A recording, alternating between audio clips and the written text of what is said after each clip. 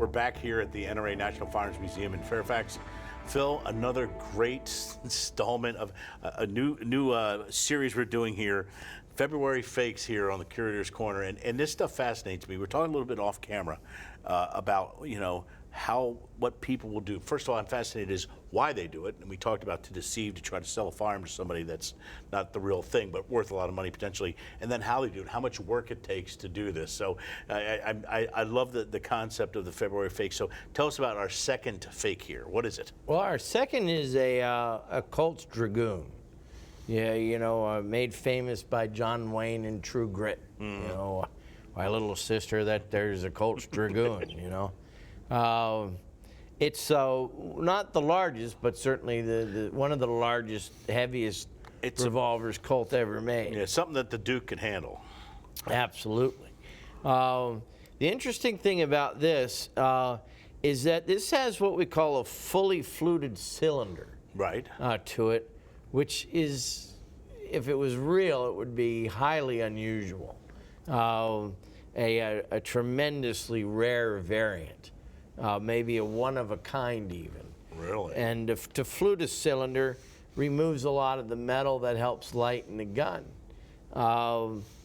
Problem is that this is, the Dragoon came in 3 model types.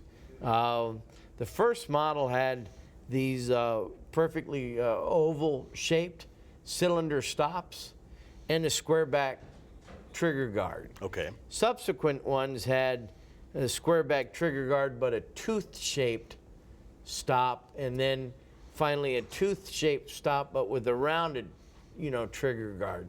So that's your first, second, and third model Dragoon. So this has the earmarks of a first model Dragoon, the little oval and the square back. Okay. Fluted cylinder, very rare. Okay. Problem is, when you look at the serial number, it's firmly planted at the end of the third model production numbers. Wow. So, somebody wasn't doing their homework, copied a gun, did a pretty nice job. I mean, this is a beautiful gun. The Colt markings on it are exemplary. It's a nice condition gun, but that serial number gives it away as a third model.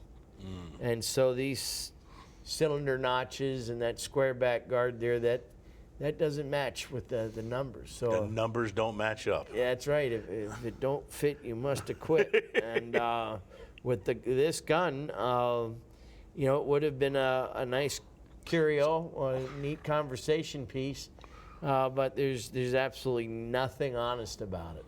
So tell me, to the best of your knowledge, is that a third generation or third type that someone modified, or did they just grab a serial number? Or I think they just made this gun from whole cloth somewhere. Okay, so it's pieces. Yeah, because the serial numbers don't even match. Oh, jeez. Wow. Match the Colt serial numbers of the time period. So, but it does have serial numbers. But wow. Those numbers put it way outside of what Colt would have done. So getting back to what we said, done obviously, because was this real?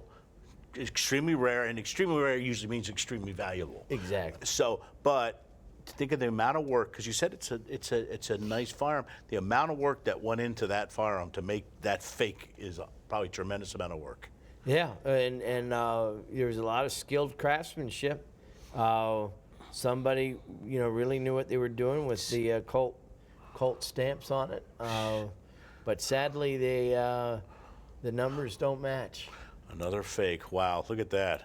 Amazing. And it really takes, and the sad part, Phil, is you have the skill and the expertise. You talk about the different ways to know, but someone like me who wasn't, even if I was interested in that firearm, to really know all the stuff that you said, you could really, really hoodwink somebody, which is really a sad thing to do, to think about the motivation for doing that. Yeah. I mean, okay, you're motivated to make a lot of money, but you're also really taking advantage of somebody who may not know as much, and and it could be a really bad experience if they're trying to get into the collecting field. So something to be very careful of, I'm sure. So how can folks come to see the real firearms here, the real treasures here at the at the National Firearms Museum? Well, they're on public view, both in Fairfax and in Springfield, Missouri, 7 days a week, 9:30 to 5 here at the Fairfax venue. And We're located right off of Interstate 66 in Fairfax County, outside the Washington Beltway. If you can't visit us off the interstate, come visit us on the internet. We're at nramuseums.com, and of course that's 24/7. There's plenty of parking at both. There's always parking on the internet. That's right. All right, Phil Schreier, thank you so much. Another February fake. We got more coming.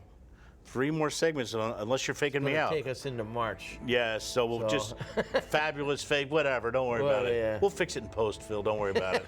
We'll see you next week for another installment of the Curator's Corner.